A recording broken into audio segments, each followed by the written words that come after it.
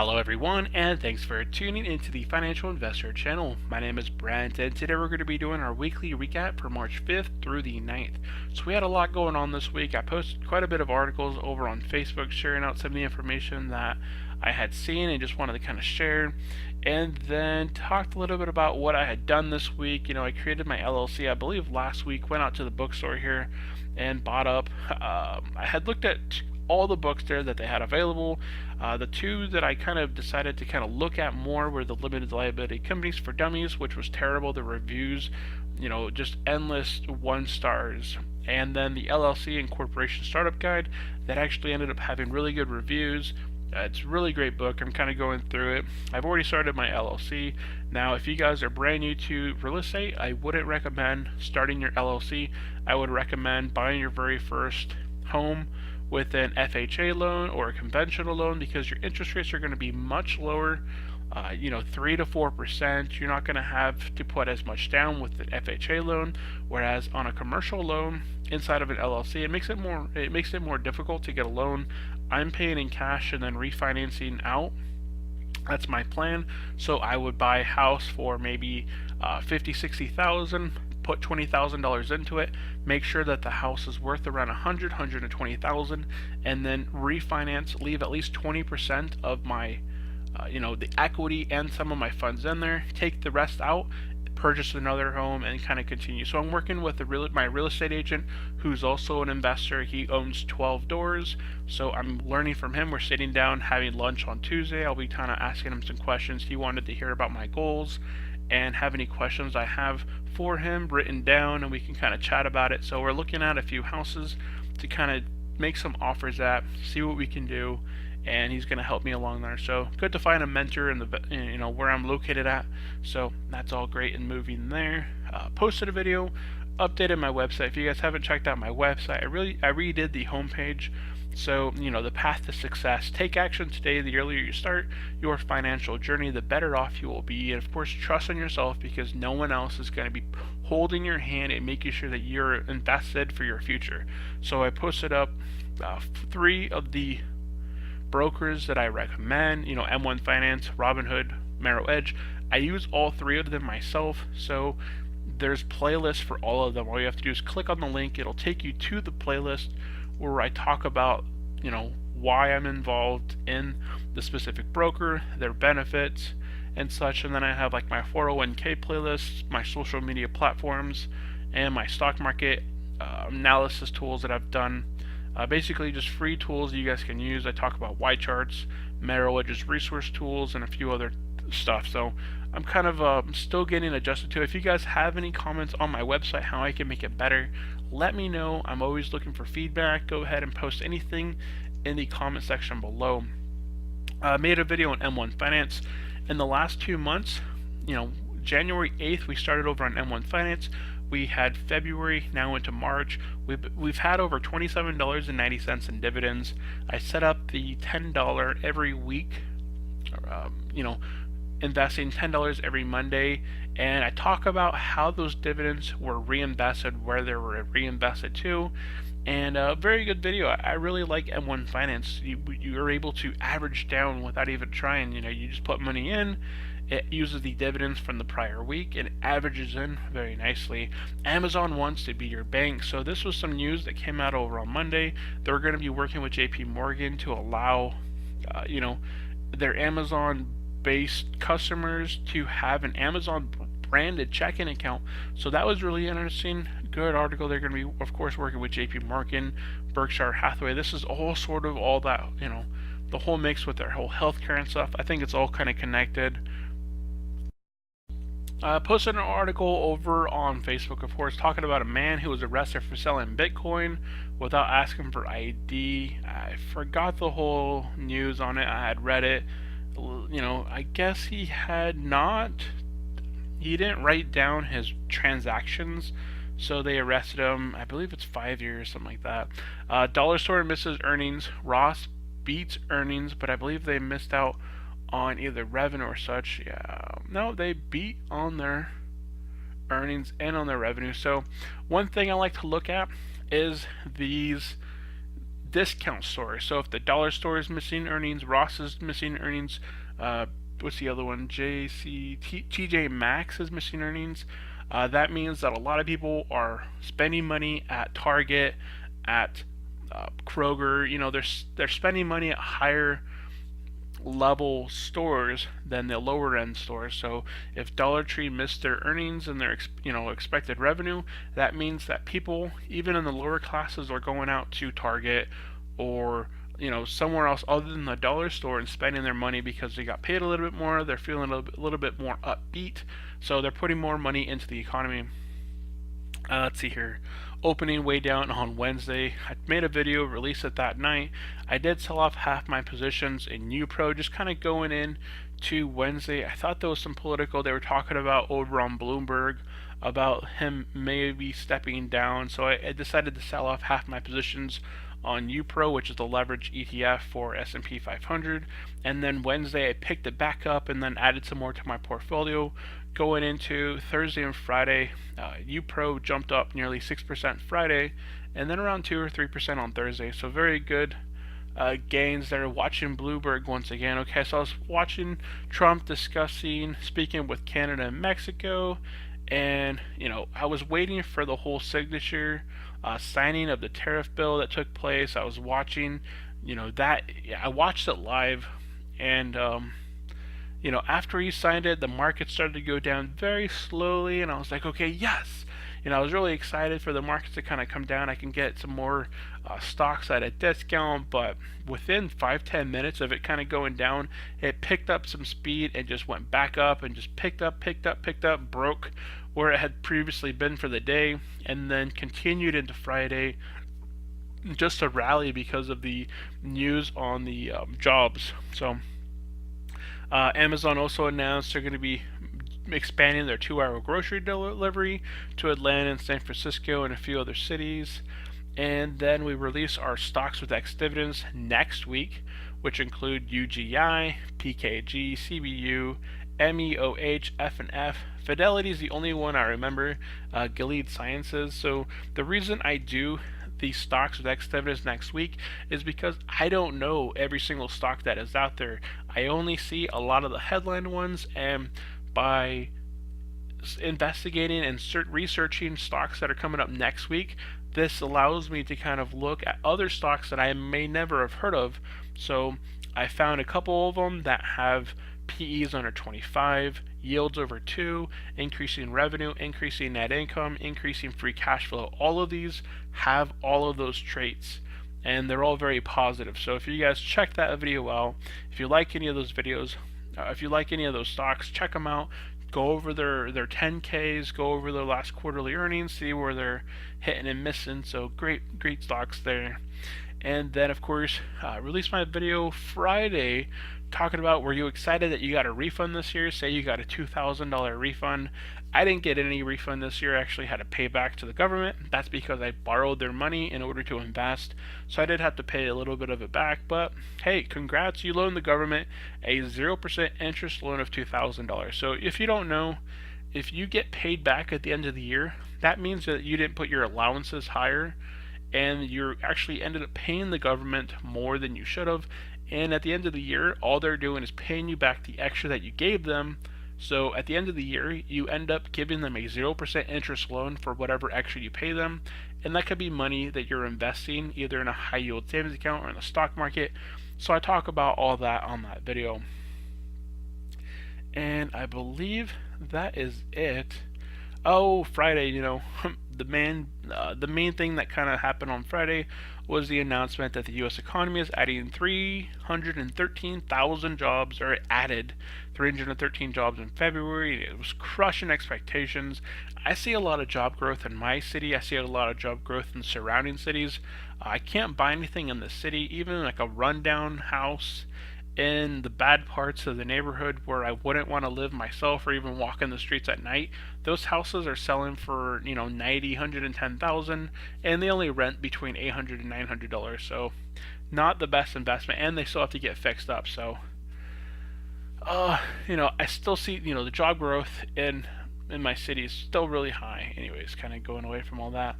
I did pick up another book. I have the Millionaire Real Estate Investor, and I also have the Real Estate Rehab Investing Bible. So I added this over to my shop here.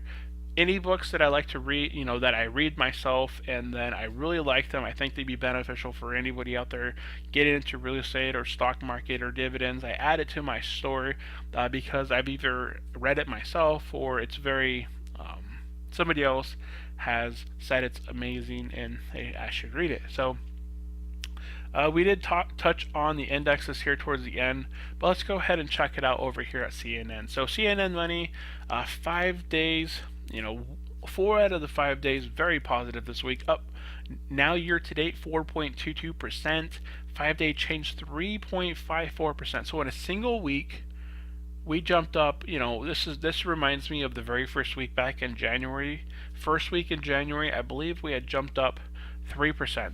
So we're about halfway of where we had lost in February 1st. The Dow Jones is up 2.49%. They've had a lot more hiccups with their Walmart and a few other of them within the Dow 30. It's only 30 stocks. So if 2 or 3 of the stocks here, Exxon, General Electric, Walmart, these things are tanking them down. So anything here in the negative, it's going to hurt the McDonald's. Their dollar menu and their $1, $2, $3 menu didn't do so well. Verizon down a little over 7%. Walmart still down 10% and it was down 12%. Johnson & Johnson's down. I don't know if Procter & Gamble. Yeah, Procter & Gamble was down. I know Procter & Gamble's in my wife's portfolio. And yeah, these stocks, man, it's only 30 stocks. So if a few of them go down and tank like that, it's going to take down the performance of the rest of the portfolio. Whereas in the S&P 500, it has 500 and then some. So it's very diversified. You may have stocks such as AbbVie, which is jumping up 23% year to date, but the whole, as a whole, there's still many other stocks that are going down 20%. So it really balances itself out. Now the Nasdaq has fully recovered all of its losses that it lost in February. If we go back now over a month, or actually have to look at the 3-month chart here, it peaked off back on January 28th, 29th, and then we had that correction. Now the Nasdaq did fall down. I don't believe it fell down as far as the S&P 500. The S&P 500 fell down about 10%. I believe the Nasdaq fell down around 6 or 7%, but the Nasdaq has done remarkable over the last, over just the last month alone. February is over, so we'll see. Last month alone, up 7.22%. Year to date, up 9.52%. What a great index if you guys are involved in that. So 5 out of the 5 days, all positive. And leaping forward, semiconductors, banks, were very positive on Friday, which really helped that. Actually, banks have nothing to do with the Nasdaq. It's the semiconductors. So the semiconductors on Friday did very well. Apple was even up. Apple's inside my portfolio, and that wasn't nearly as high as the S&P 500 throughout the week, but it still did really well. So yeah. Anyways, I won't bother with Apple. And let's see here, what else should we discuss? Some of the winners and losers for the day. Mattel and what was the other one that I was looking at? Hasbro. Okay, so here they are. They're both here. Toys R Us, with them going and declaring bankruptcy and going to be closing their stores out. There was an article that was talking about how with Toys R Us going out, this is going to knock out about 10 to 15% of Mattel and Hasbro's production, like their revenue, because Toys R Us, they buy and resell or sell wholesale all those products for them. Without Toys R Us being there, all these vendors that create games and toys and such are going to have to look for another avenue. Instead of being able, that was 10 to 15% of their revenue right there. So they're going to be taking a hit, and that's why they fell down hard today. Netflix is up huge. That's one I've been looking at. Kroger's. I haven't looked at Kroger's. I'm surprised it's jumping up so high. They must have had some good earnings. So great looking stuff. So at the end of the week, 11 out of the 11 sectors are very positive. That's something I was looking for. Very, very positive outlook. So I'm looking forward to next week. I think, I don't even know what to expect next week. I can't really say anything.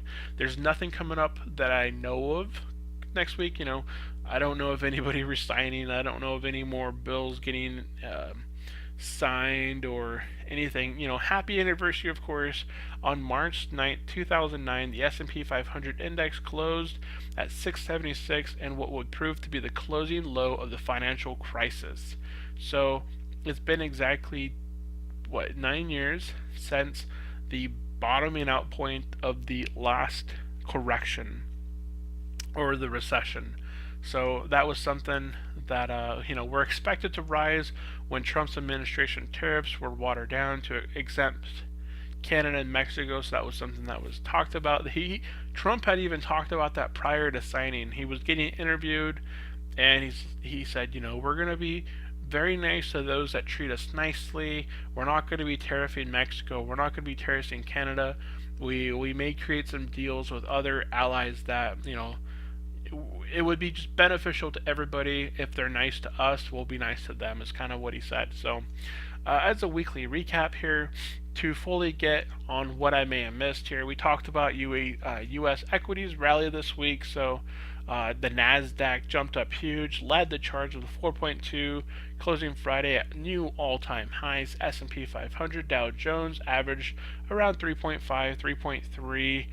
Talk a little bit about the tariffs and steel and aluminum, and how the president refused to back down, though, leading to the resignation of the economic advisor, Gary Cohn, on Tuesday. We all knew about that going into Wednesday, and that's something we had saw. And then Mr. Trump, President Trump, signed a proclamation to implement tariffs on Thursday. We saw all that.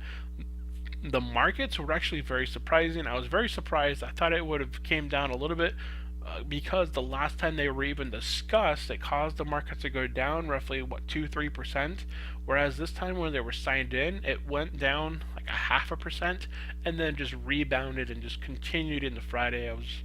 I was actually surprised. So central banks discussing bonds.